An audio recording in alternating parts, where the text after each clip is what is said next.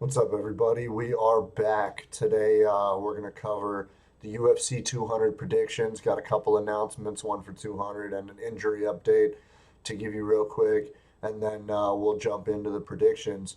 If you haven't seen Alvarez versus Dos Anjos, the entire event, it is on Fight Pass. It's on replay. You can watch it. Some amazing fights last night. If you didn't already know, Eddie Alvarez knocked out Rafael Dos Anjos in the first round to win the UFC Lightweight Championship. Um, just a lot of fun fights last night, very entertaining. And the first, I think, five fights of the night went to submission.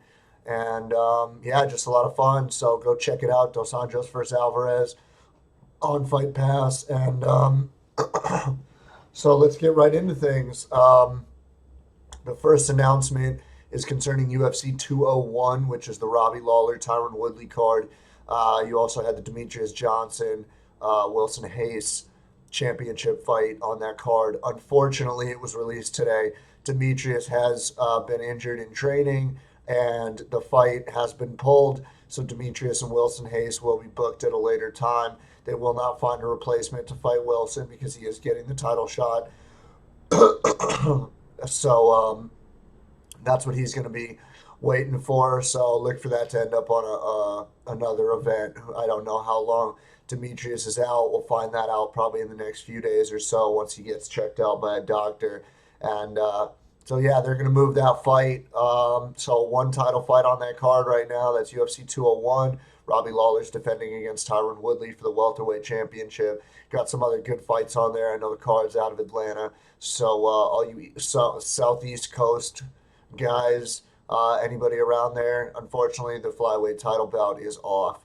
The other update I want to let you know, strangely enough, I'm wearing his shirt right now. As you all know, John Jones is out of UFC 200 tomorrow night, July 9th, 2016. He failed a drug test. They're saying it was not for any, street drugs. It wasn't cocaine. It wasn't marijuana, anything like that. But he did fail for two substances. They're going to test the B sample, but unfortunately, it's highly unlikely that it ends up coming back clean. So we'll soon find out what happens with that. John will not get put back in. He is possibly facing a 2-year suspension.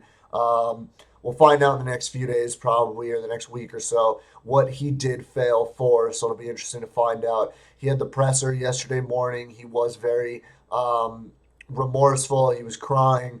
Unfortunately, it could just be, he lost the biggest night of his life, the biggest event of his life, the main event of UFC 200. So you don't really know how to take those things. I'm not going to go on either side. I'm bummed for John Jones and he's not going to make it. I'm bummed we don't get to see that fight. But let me let you in on some information, guys. If you weren't already aware, Daniel Cormier has a new opponent, and it is Anderson the Spider Silva stepping in on 2 days' notice at 205 for a non-title. Let me repeat, a non-title fight against Daniel Cormier. They are going to take the third and middle fight of the main card tomorrow night. So it's an incredibly exciting fix. The three finalist candidates that were in the running were Gegard Mousasi, who is already on the card. We'll talk about that. And Dan Henderson, but I don't know if Dan wanted that fight. He got ragdolled by Cormier the first time. He's lobbying for that Bisping title fight rematch from UFC 100. So we'll see what happens with that. But Anderson Silva called Dana, showed up to Vegas, said, I can make 205 by Friday, and we will do the damn thing. So he is in. He will be facing Daniel Cormier. Also, another quick update on that card. It was announced before Cormier had a replacement that Mark Hunt and Brock Lesnar were the main event in a three-round fight.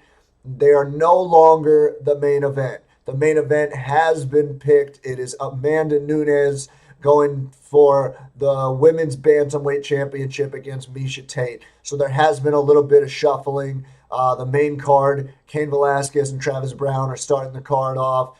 Jose Aldo and Frankie Edgar for the interim featherweight championship is the second fight, which is interesting because there are two other non-title fights above them on that card, which of course is Cormier and Anderson and Lesnar and Hunt. And then, as I said, you've got your main event, which is Miesha Tate and Amanda Nunes. The other thing I wanted to let you guys know, there's a few updates based on the weigh-ins this morning because of the new rules. They weighed in by 10. Miesha Tate made it in at the literal last minute available to make weight to get on the scale. She was 134 and a half, but she looked a little famished. She looked, it looked like it might have been a tough end of cut. So I don't know if that'll have bearing on tomorrow's title fight. I'm just letting you guys know. A lot of people are picking Nunes now based on that information. Also, Kelvin Gastelum barely made weight at the last minute, but he did make the 171-pound limit. If you don't know, all fights are at a certain weight. You get a 1 pound give unless it's a title fight. If it's a title fight, you do not get the extra pound leeway. So Kelvin Gastelum was 171. He made it. Johnny Hendricks did not make weight. He was 171 and a quarter. They did not give him time to cut off the last quarter. He looked very, very shaky, trembling a lot. I'm worried about him because he's had the weight cut issues in the past. So we'll see if that has any effect on him tomorrow, but it is at a catch weight, as ridiculous as it sounds, at 171 and a quarter. So we'll see what happens. Dana might make Johnny go up to middleweight. I'm not 100% sure. Kelvin had his own issues, and he's had to fight at middleweight. He's won the Ultimate Fighter at middleweight. So it'll be interesting to see where things go from there. Just a few quick updates. That was it on the card. And I'm going to go into my predictions. Right before that, I'm going to let you guys know, if you're watching this Friday, July 8th, there is the Joanna Claudia Tough finale fight tonight. Prelims start at 4 o'clock on UFC Fight Pass. There's 2 prelims. At 5 o'clock starts the televised prelims on Fox Sports 1. There's 4 fights on that one. And then there is the main card that starts at 7. And that's headlined by Joanna Jędrzejczyk defending her championship against Claudia Gadelha in a rematch. And you also have the 2 Ultimate Fighter finale fights, Andrew Sanchez and Khalil Roundtree for the 205 men's, and Amanda Bobby Cooper and Tatiana Suarez for the 115 strawweight Ultimate Fighter. And you also have Will Brooks and Ross Pearson on there, Duho Choi and Thiago Tavares on the main card. It's going to be a lot of fun fights tonight. Hopefully it keeps the flow from last night's amazing fights. But let's get into UFC 200. We're going to cover it tomorrow night, July 9th, 2016, T-Mobile Arena, Las Vegas, Nevada. It is the biggest card they've put on, stacked card. Every fight has a big name in it, except for Sage Northcutt. Sorry, got a little choked up there. Crazy card. Very much looking forward to it. So let's get into the damn thing. We're going to start at the bottom. We've got a lightweight matchup between longtime vets of the sport. UFC veteran, has 20-something fights under his belt in the UFC, Jim Miller, and Takanori Gomi, who was a Pride veteran, UFC veteran, been around a long time. So it's a great opening fight for the Fight Pass prelims. You got 3 Fight Pass prelims on the card. They start at 3:30 tomorrow on Fight Pass. Like I said, it's an interesting matchup for the two. And the reason I say that is because both guys are coming off of 2 losses. Jim Miller lost to Michael Chiesa back in December on one of those 3-night event extravaganzas that they had leading up to 194, and he lost the decision at 196 in March to Diego Sanchez. So he's coming off of 2 losses, and Takanori Gomi's coming off of 2 losses, both TKOs. One was Miles Jury, TKO'd him back in Japan in September 2 years ago now, and his last fight was in 2015 in July on the Dillashaw Barao 2 card. He got TKO'd by Joe Lauzon. It's an interesting fight. Both these guys have been around a long time, very long time. It's a good fight for both of them. I think Jim Miller will definitely have the edge on the ground and the wrestling and grappling exchanges. I think Takanori's a little bit better on the feet, but Jim Miller was in there about 4 months ago, whereas Takanori's been out almost a year. So Will ring rust play a factor? We'll see. I'm going to go with Jim Miller. I think he could definitely submit Takanori Gomi. I think he could take him down and pound him a little bit, get that unanimous decision. But I'm going to go with Jim Miller tonight. So we're taking him. We're going to take Jim Miller, and I'm actually updating my spreadsheet as I give you guys predictions, just so I know where I'm at. Went 10-2 last night. The only fights I got wrong were the what the hell was the guy's name? The Marco Beltran fight. I picked Reginaldo Vieira, and unfortunately, I picked Mike Pyle, who lost that by knockout to Alberto Mina. So I did very well last night. We'll see how I do tonight. So yeah, I got Jim Miller in that opening fight. Our next fight is a middleweight matchup. Now, it's Gegard Mousasi against Thiago Santos. Um, Thiago Santos was not the original opponent. It was supposed to be Derek Brunson. Brunson, unfortunately, pulled out due to injury on June 19th, so about three weeks out. And they replaced him with Thiago Santos, who we know is just a murderer. He's been killing everybody lately, doing really well for himself. First guy to beat Elias Theodoro. He knocked out Nate Marquardt back in May. He knocked out Steve Bossy 30 seconds into their fight last year. Knocked out Andy Enns. He's on a 4-fight win streak, 3 knockouts, 1 decision. And Gegard Mousasi, he's coming off the win in February against Talis Latis in England on that Anderson Bisping card. Before that, he got knocked out by Uriah Hall. And then he had actually 2 straight victories before that. Costa Philippou, who he got the unanimous nod against. And he TKO'd Dan Henderson, who we remember January of last year. It was a very quick fight. He just ran through Dan Henderson. My issues with Gegard Mousasi, and I like the guy a lot. He's a nice guy. He's a great fighter. He's been around a long time. Gegard started fighting. He was a pro back in 2003, so he's been in this for 13 years. He's been in Dream and Strikeforce and the UFC. He's fought all over the place. Has a very good record. He was a champion in Strikeforce, as you all know.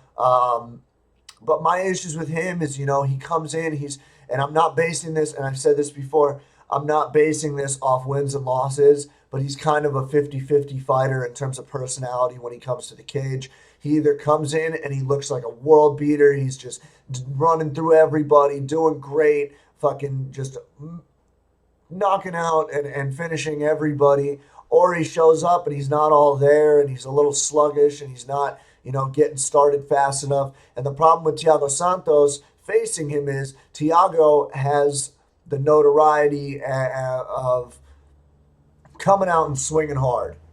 He's going to come out, he's going to get in your face, he's going to throw heavy punches, heavy kicks. He's going to look to knock your head off. He's going to look for the finish.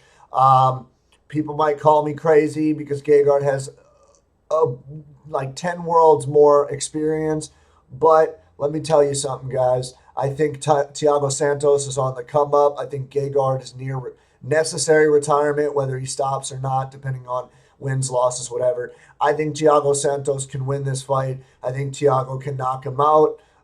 So I'm going with Thiago Santos. Would not be surprised if it's a first or second round knockout. So we'll see what happens with that one. But I'm thoroughly looking forward to that fight. It's a great fight. I'm surprised it's that low on the card. But you know what? With a card like this, you don't really have that.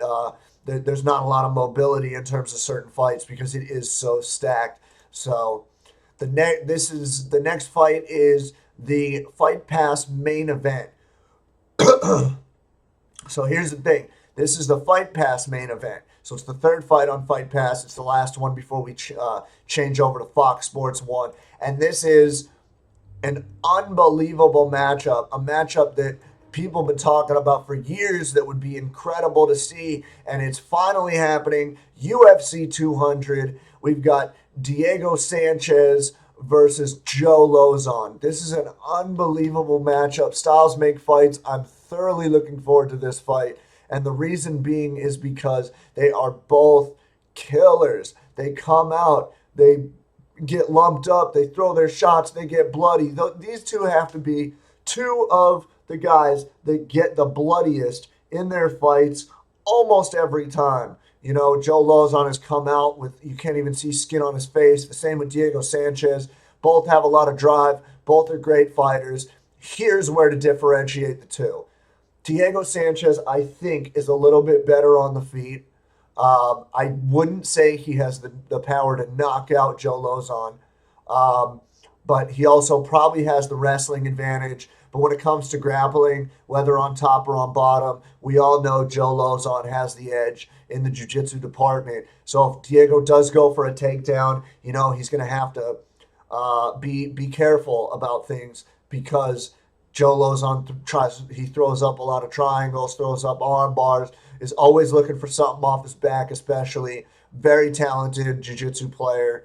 I think this has fight of the night written all over it in terms of, you know, the last few background. Diego has bounced in and out of wins and losses. His last fight was a win, as we just discussed a little while ago. He beat Jim Miller in March. Before that, but he lost.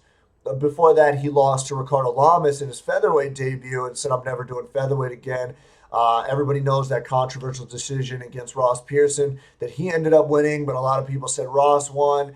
And before that, he lost to Miles Jury and Gilbert Melendez, and then it was just back and forth with him. But he's been around a long time. He's been in the UFC for 11 years now. Ultimate Fighter 1 winner. He is the only member of the Ultimate Fighter 1 cast that still fights in the UFC. The second to last was Koscheck, but he went to Bellator and injured himself like 93 times, dropping out of way too many fights. So, you know, Diego, it's tough to say if he shows up, if he doesn't show up. And Joe Lauzon is kind of the same. He's had an interesting career a little bit recently. You know, he lost to Evan Dunham back in December on that Ultimate Fighter finale card. Before that, he TKO'd Takanori Gomi, who's fighting earlier in the card tomorrow night. But before that, in his three fights, you know, he went 2-1. He got knocked out by Iaquinta back in January of last year. And then before that, he finished Mike Chiesa, which was Chiesa's like his last loss, I think. He was very upset about them stopping that fight. And then he beat Mac Danzig by decision. You know, it's a tough fight to call. Like I said, the stylistic matchup is really interesting. It'll be interesting to see which Diego shows up, which Joe Lauzon shows up. I don't know. I think, fuck, this is tough. I'm gonna go with Joe Lauzon. I think he can pull it off. I think he can land a little bit on the feet, maybe set up some submissions, something like that. I may be completely wrong, but I'm gonna go with Joe. So that's who I think is gonna take it. So let's mark me down for Joe Lauzon, and we'll see what happens. So our next fight is leading off the Fox Sports prelims. These once again start at 5 o'clock tomorrow, West Coast time. 5 o'clock West Coast time on Fox Sports 1. It is the returning Sage Northcutt, who we all know lost to Brian Barberina in his first pro loss back in January. He got choked out, which, in my opinion, he didn't get choked. It was just pressure, and he tapped. But he is returning to one. I think he's returning to 155. Yes, it is a 155 fight. Sorry about that. I should know that. He is returning to 155. He's facing off against Enrique Marin. So Enrique Marin, if you don't know, was on Tough Latin America. He was a finalist of that show. He's a jiu-jitsu specialist, has a lot of submissions under his belt, a few decisions, but more submissions. So it'll be interesting because Sage's jiu-jitsu, as we know, is not the best. If Sage wants to strike with him, you know, I think Sage might have the edge. I know he's been working a lot of Muay Thai and stuff like that in this camp. Enrique Marin's more of a ground guy, more looking for submissions.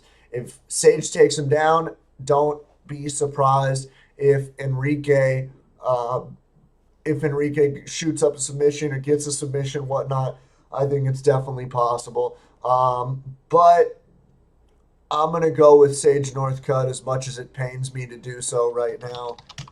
I just think he wants to get back in there and get a win under his belt again and start moving his way back up the 155 ladder. And I think, in my opinion, that Sage should not go to 170 again. I think it's too big for him. I think the guys in there are too big and killers, so I don't think he should. So I'm going to pick Sage Northcutt. I think he can TKO him. We'll see what happens. So the next fight on our card is a bantamweight rematch. Now, also, just because it's on the prelims does not mean it doesn't have title implications. It's TJ Dillashaw against Rafael Assunção. This is a rematch. They have fought before back in October of 2013. Assunção won a razor close split decision. TJ's been upset about it ever since then, and this fight definitely has title implications in it. If not one more after this to get the shot, or if you get the shot, depending on the landscape of the division and who wins this fight. TJ, I think, is one fight away from getting that rematch against Dominic Cruz. A lot of people thought he did better in that fight than the judges gave him. And that's also TJ's last loss before Dominic was Assunção. He went on a 4-fight win streak. He won the belt. He defended it twice. And the other issue is, TJ fought in January. He fought Dominic in January, so it's only been about 6 months. Whereas, Assunção's last fight was a decision over Caraway, but that was in October of 2014. So you're looking at over a year and a half since he's last fought. A lot of ring rust. He's had a lot of injuries, but he hasn't lost since March of 2011, and that was his UFC debut. So it's a very interesting matchup. I'm going to go with TJ Dillashaw. I think Dillashaw gets this one. He doesn't give it the chance to go to the judges' scorecards, or if he does, I think that he definitely outworks Assunção for the decision win and takes it from him, working his way back up to that Dominic Cruz rematch now that there's no number one contender right now.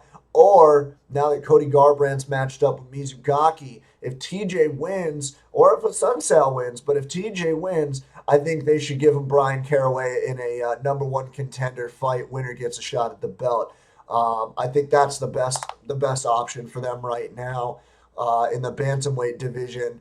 So we'll see, but I think that's definitely a good thing to make happen. So our next fight on the Fight Pass or the Fox Sports prelims it's now a catchweight matchup. It's a quarter pound over the limit, but it's a welterweight matchup. You got Johnny Hendricks, former title holder, multiple-time title contender, and you know what? Striking powerhouse, great wrestler. He's facing off against another great wrestler, up-and-comer, Kelvin Gastelum, who we know won the Ultimate Fighter when he beat Uriah Hall in the finals. Like I said earlier, the weight was an issue for both of them to make this morning. It'll be interesting to see when they actually air the weigh-ins, the later weigh-ins, what they look like now that they've rehydrated and if they feel better, whatnot. So I think it's a great matchup. I know Johnny Hendricks left Team Takedown a while ago, and he's been working out with the Oklahoma State wrestling team, and he has a striking coach now. But he doesn't really have like a full camp, like an AKA or an ATT or anything like that, Jackson Winklejohn, whatever. Whereas Kelvin's been training, at King's MMA, working out over there. And but they're both coming off of losses. Hendricks lost that knockout to Stephen Wonderboy Thompson. I was there back in February. It was absolutely amazing. I almost counted Wonderboy out a little bit, and then he just finished him in the first round. It was unbelievable. Wonderboy is on the come up for sure. Possible title contender after the Tyron Woodley and Robbie Lawler fight. Whereas, Kelvin lost that split decision to Neil Magny. It was a tough fight. It got fight of the night back in November of last year. And it was a split decision. Some people said Kelvin won that fight. So it'll be interesting to see. I think based on the weigh-ins, and I think based on, I have this little bit of a hypothesis theory, whatever you want to call it, that I think Robbie Lawler made Johnny Hendricks gun shy. Robbie nailed him in their first fight and in their second fight. But in their second fight, Robbie won the decision. I think Robbie hitting him and whatnot kind of scared him. And, in the fight against Matt Brown, Hendricks just wrestled him the entire time. And then Hendricks didn't look right in the Wonder Boy fight. He didn't seem like he was all there. So I'm a little nervous about where his career is at this point. I hate to say it, it might be on the downslope a little bit, or maybe it's on a downslope and it's going to roller coaster back up. But I think Kelvin's still on his way up. He's still finding his niche in the sport, where he wants to be, what he wants to do. Very talented. I'm going to go with Kelvin. I don't know if he can submit Johnny Hendricks, but I think Kelvin can eke out a decision from him and just kind of put the pressure on him and make him nervous and stuff. And if there's a guy to defend the takedown from Johnny, it could definitely be Kelvin Gastelum. So I got Kelvin Gastelum in this fight. Our next fight is the main event of the Fox Sports 1 prelims. This is a unbelievable women's bantamweight matchup. A fight I've been waiting for a long time. A fighter I've been waiting for a long time to return to the octagon. You got Kat Zingano coming in, who hasn't fought in quite some time. Her last fight was against Rousey in February of 15, so it's been about almost a year and a half since she's fought. She lost in 14 seconds. Only loss on her record, but she's been out a while, the injuries and just getting back to form and whatnot. She also does have a victory over the current champ, current as of today, Friday, because tomorrow night is 200 and maybe she won't be current anymore, but has a victory over the current champ, Miesha Tate, by knockout back in April of 13. So I think Kat's a tough chick. I think Juliana Pena is also a very, very tough girl. Has had 3 fights in the UFC, won the Ultimate Fighter, the Rousey versus Tate season, and then beat Milana Dudieva, I think is her name, in April of last year. And then she beat Jessica Ai at UFC 192 back in October. But she hasn't fought since October of 15, and Kat Zingano hasn't fought since February of 15. It's an interesting matchup. Both girls, good wrestling, good grappling. I think Pena may have a little bit of an edge in the grappling, but I think both have really good jiu-jitsu and movement positioning on the floor. I think Kat has the better striking, especially since this camp, she's done it's not really an official camp, but she's done a lot of training for this fight. She was training down at Alliance in San Diego, with guys like Dominic Cruz, Phil Davis, all the girls down there. And she also went to Thailand for quite some time and was training out there, I think, with Phuket Top Team. So she's been working on a lot of stuff. I think Kat has the edge in the striking game. So it's an interesting matchup. I've called Kat Zingano being able to pull it off. People have questioned my decision, but I'm picking Kat Zingano. I think she has what it takes to give Juliana Pena her first UFC loss. But again, this could also be a fight where you're determining either a title challenger or somebody to go into a number 1 contender fight with another 135er vying for the winner of, Miesha Nunes. Because you also have later this month, you have Holly Holm and Valentina Shevchenko. Not a huge fight for Holly because Valentina's ranked a little low, but a big fight for Shevchenko because if she wins, she skyrockets herself to the top. You also have that variable of whether Ronda's coming back or not. Ronda is supposedly October, maybe 205 in Madison Square Garden. Nobody really knows what she's up to right now. So that's another factor that could play into things. Juliana Pena has always said she wanted to fight Ronda. If she beats Kat Zingano, maybe that's the fight to make. Maybe it's a Holly Holm rematch if Holly beats Shevchenko. There's a lot of factors that play into this. You also got Miesha Tate and Amanda Nunes fighting later on tomorrow night on UFC 200, depending on who wins that. Misha wants Ronda. There's a lot of factors at women's 135 right now. It's a very interesting division. It's a stacked division right now, which I like because when it first started, it was just Ronda beats everybody and people just kind of vie for number 3 and number 4. So it's definitely more fun to watch now. There's a lot of girls vying at 135 trying to do it. So I love the matchup, but I got Kat Zingano. I think she could pull it off. We'll see. So sorry guys. Our next matchup is the opening bout of the pay-per-view. This starts at 7 o'clock West Coast time on pay-per-view, UFC 200, and it is the opening bout. We have returning heavyweights, Cain Velasquez, who's coming off of that loss last June against Fabrizio Verdum, where he lost the belt. Hasn't fought in over a year.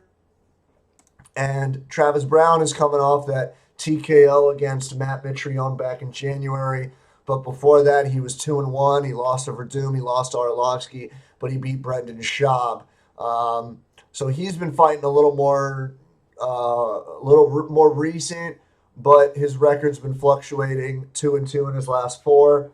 Whereas Cain has the one loss and then hadn't lost since 2011 when he lost to Dos Santos. So he had the title that many times. It's an interesting fight. Cain is at AKA. It's a heavy camp. You got Cain, Cormier, Khabib, Rockhold, Josh Thompson, Betch Kohea, and a lot of other guys that are training there. I think Rashid Magomedov is over there as well. Cain is I think, going to be better on the feet. He's got the better gas tank. Travis is, I think, a lot taller than him, but Cain's fought big guys, and I think that Cain has the better. I think he has the better striking. He definitely has the better wrestling. Travis Brown, I think his only way to win in this is to get an early knockout by staying at range and just throwing heavy shots. But Travis's chin is suspect, whereas, Cain's chin, he's taken a lot of shots. He got knocked out by Junior the one time, but otherwise, he's stood up to a lot of the onslaught from guys. So, it's a tough matchup. Travis Brown's at GFC with Edmund. We'll see where Travis stands in his training, but I'm going with Cain Velasquez. I think Cain knocks him out first or second round. Could be on the feet, could be ground and pound. Not guaranteeing anything, but I definitely think that Cain wins this fight. So I don't see how. I think Travis needs to land like a lucky shot and take him out, which is going to be very hard to do with a guy like Cain. So our next fight is for the interim featherweight championship. As we all know, Conor McGregor holds the real featherweight championship at 145. Jose Aldo and Frankie Edgar are going to be battling it out in this one. This is a rematch from their UFC 156 match that ended in a decision for Jose Aldo, which was also for the belt, but Aldo had the belt, ended up getting fight of the night that night. But I think, the two guys in this fight, I think they're a little bit of different fighters at this point. Aldo hadn't lost in what it was like 10 years. He hadn't lost, and then he got knocked out in 13 seconds, and it questions his chin and if he's still able to go. A lot of guys have, hit him. Some have hurt him. Mark Hominick hurt him back in the day in UFC 129 back in, I think, 2011. A lot of guys have hit him pretty hard, and I still think Frankie, as crazy as this is going to sound, I don't think Frankie has peaked yet. I did not expect him to take out Mendez the way he did back in December. I thought that was going to go 5 rounds, but Frankie knocked him out halfway into the first and knocked him out bad. And there's not a lot of guys that knock out Mendez other than Aldo and Conor. So it's an interesting matchup. They both want this interim title, as ridiculous as it sounds, because they want McGregor for the real title. Aldo wants revenge. Edgar wants his first shot at McGregor. They've been talking smack back and forth for a while now. I got Frankie Edgar. I've said it before. I'll say it again. I think he steamrolls Jose Aldo. Would not be surprised if Edgar gets a knockout within the first 2 rounds. But regardless of the finish or the judges, I've got Frankie Edgar in this fight, your new interim featherweight champion and the #1 contender to the king of Dublin, the king of the world, Conor McGregor's 145 championship. So that's what I think. You got a new interim champ, of course, and that would be Frankie the Answer Edgar. And also keep in mind, guys, if you're watching this before 200, Eddie Alvarez switched up to Edgar's camp, and he had Ricardo Almeida and Mark Henry working with him. And look at how Alvarez looked last night against Dos Anjos. I don't think anybody thought Alvarez was going to knock out Dos Anjos in the first, and his boxing looked crisp. His movement looked crisp. He was ready to go, and he nailed it. So again, folks, with that Edgar team, Frankie Edgar is going to pull it off. So there we go. Our next fight is the fight we were discussing a little while ago. Just got added because they didn't want to move Daniel Cormier, so they had to find a replacement. You got Daniel Cormier and Anderson Silva in a 205-pound light heavyweight non-title matchup. Non-title. No title on the line. Rumor is if Anderson beats Cormier, he's going to get the 205 shot. I don't know if that's what he wants.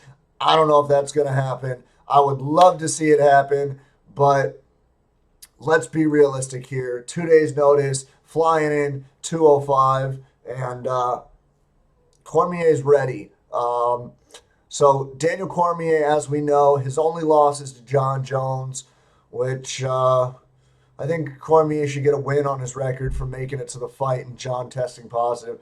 Yeah, I'm a dick, I know. Send me some shit. So Cormier's been able to pull off some great stuff recently. I know a lot of people thought that Gustafsson decision was razor close. I did too. Could have honestly gone either way, except for the invisible point theory. But that was back in October. Anderson, he fought in February. He lost. His last 4 fights was 3 losses and a no contest. After when Anderson beat Nick Diaz, but then tested positive. So it's an interesting matchup.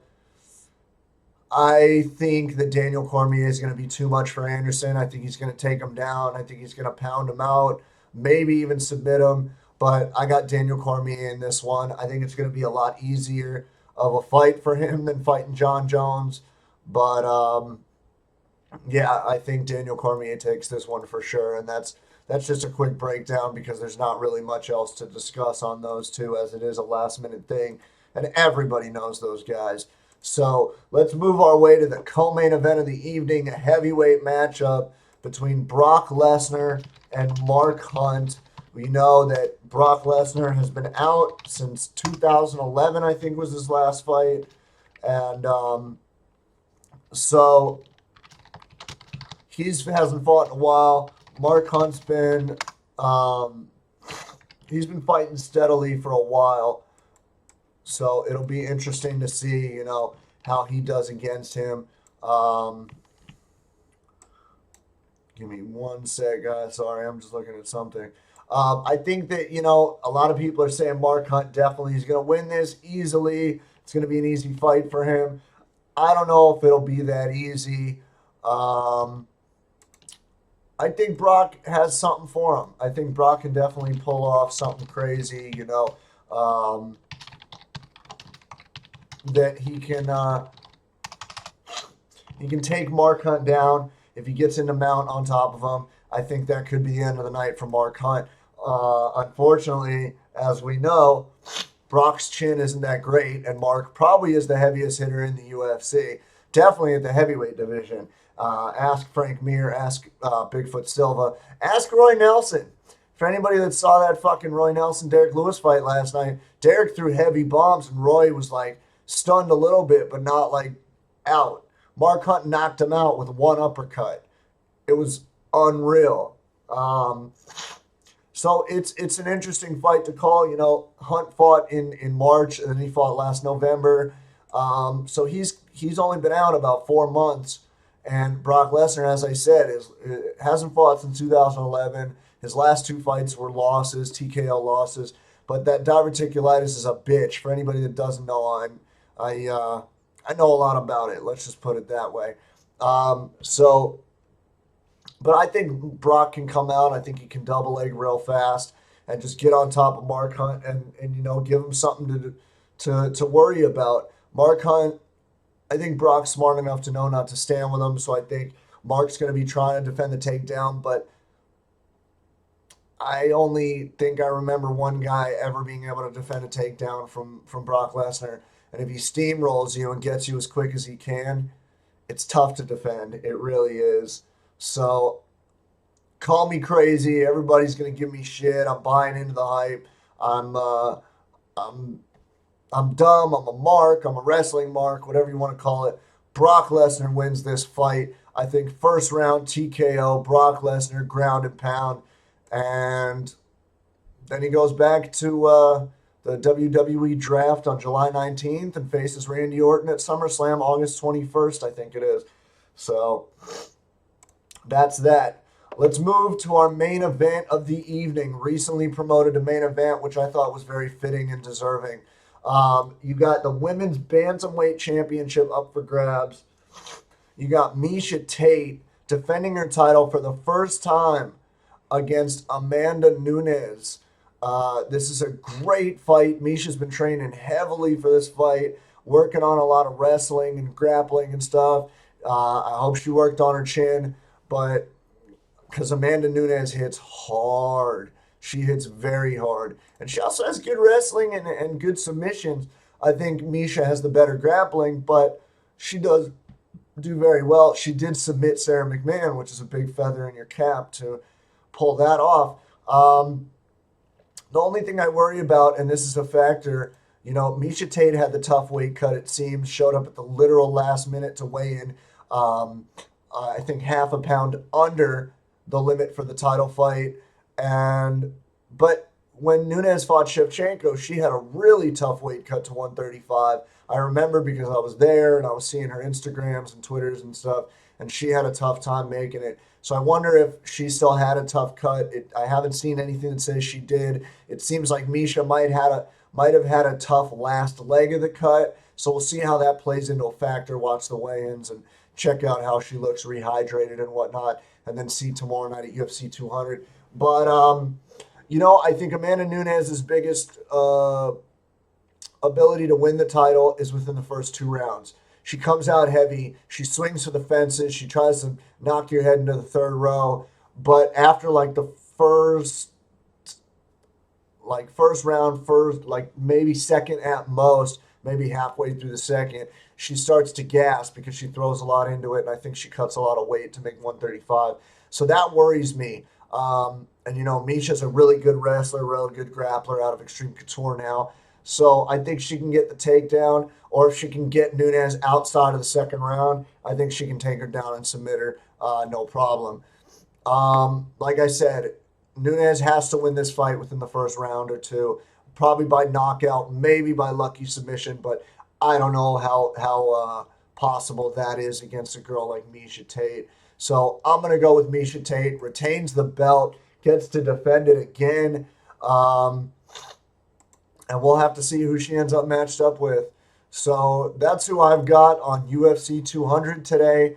It's tomorrow night, July 9th, 2016. Fight Pass prelims at 3:30. Fox Sports 1 prelims at 5 o'clock. And the main card on pay-per-view at 7 o'clock. All of these are West Coast times. I am from Southern California, so they're West Coast times. Add the time difference for your area. And everybody enjoy the fights. I hope the fights tonight at the Tough Finale are awesome. I hope UFC 200 is awesome. I hope everybody has a good time.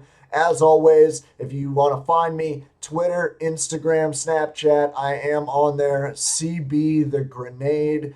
And I'm on Facebook at CB Gold.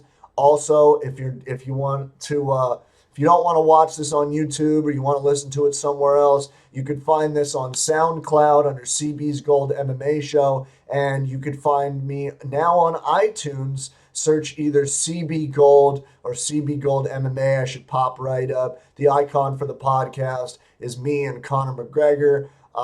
As you can see, the wall behind me is all Conor memorabilia. A little bit of a Conor fan. So, yeah, everybody enjoy the fights. Come find me. Subscribe to the YouTube channel. Check out the iTunes and SoundCloud podcast. And thank you guys for all your support. I'll be back next week with some news when some stuff surfaces. We'll go over some of the fights. And also look out for me on MMA Roasted Podcast. We should be producing a few of them this week. Now that Adam will be back in a few days from Vegas. If you're in Vegas and you're watching or listening, go see his shows while he's there. He's there tonight, Friday night, and Sunday night. I think he's going to UFC 200 tomorrow. And yeah, otherwise, wherever you're at, wherever you're listening, look up Adam Hunter at Adam Comedian on Twitter or at MMA Roasted. Find his shows, hilarious comic. And like I said, we'll be producing more Roasted podcasts coming up this week, hopefully.